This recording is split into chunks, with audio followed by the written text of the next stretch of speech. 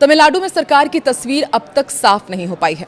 विजय आज यानी कि गुरुवार को दूसरी बार गवर्नर से मिलने गए थे, लेकिन आज भी उन्हें खाली हाथ ही लौटना पड़ा। राज्यपाल विजय के नंबरों से संतुष्ट नहीं है। तमिलगा वेत्री कजघम यानी कि टीवीके के प्रमुख विजय ने गुरुवार को 2 दिनों में दूसरी बार राज्यपाल राजेंद्र अरलेकर से मुलाकात की और सरकार बनाने के लिए अपनी दावेदारी दोहराई।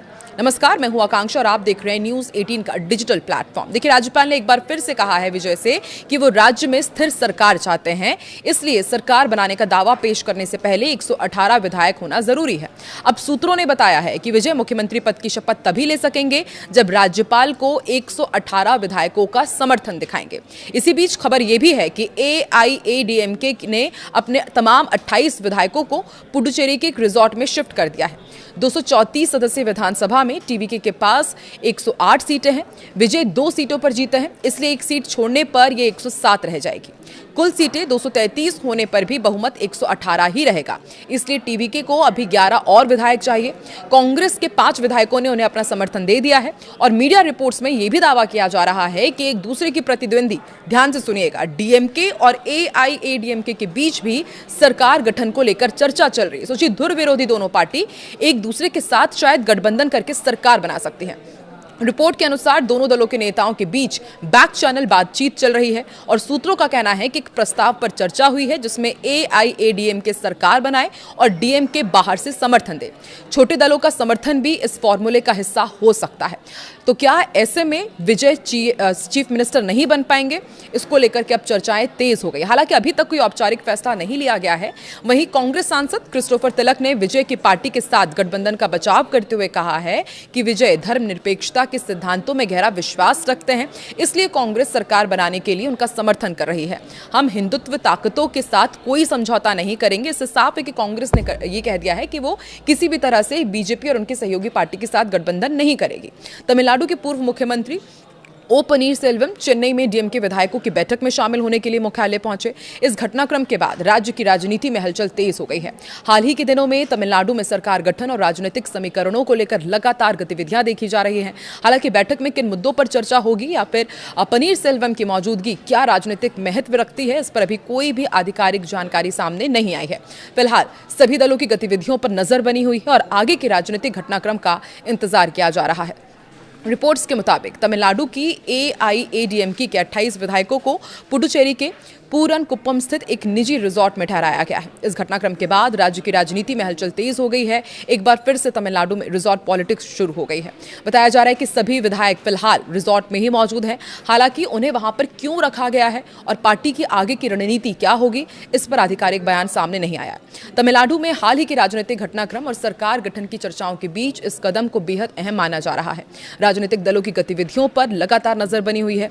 तमिलनाडु विधानसभा के नवनिर्वाचित सभी विधायकों की सूची राज्यपाल राजेंद्र विश्वनाथ अरलेकर को सौंप दी गई है।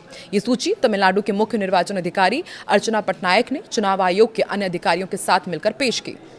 राजभवन में हुई इस प्रक्रिया के दौरान चुनाव आयोग के सचिव और अन्य अधिकारी भी मौजूद रहे। ये औपचारिक प्रक्रिया सरकार गठन की दिशा में बेहद अहम मानी जा रही है। विधानसभा चुनाव के नतीजे आने के बाद अब नई सरकार की गठन की तैयारियां तेज हो गई है। इसी क्रम में नवनिर्वाचित विधायकों की आधिकारिक सूची राज्यपाल को सौंपी गई।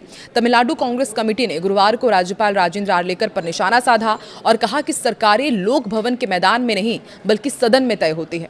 विजय ने गुरुवार सुबह दरअसल लोकसभा में राज्यपाल से मुलाकात की थी और इसके तुरंत बाद टीवी के विधायक BS बाबू ने राज्य में सरकार गठन के संबंध में मीडिया से चर्चा की और आश्वासन दिया कि जल्द ही सब कुछ ठीक हो जाएगा।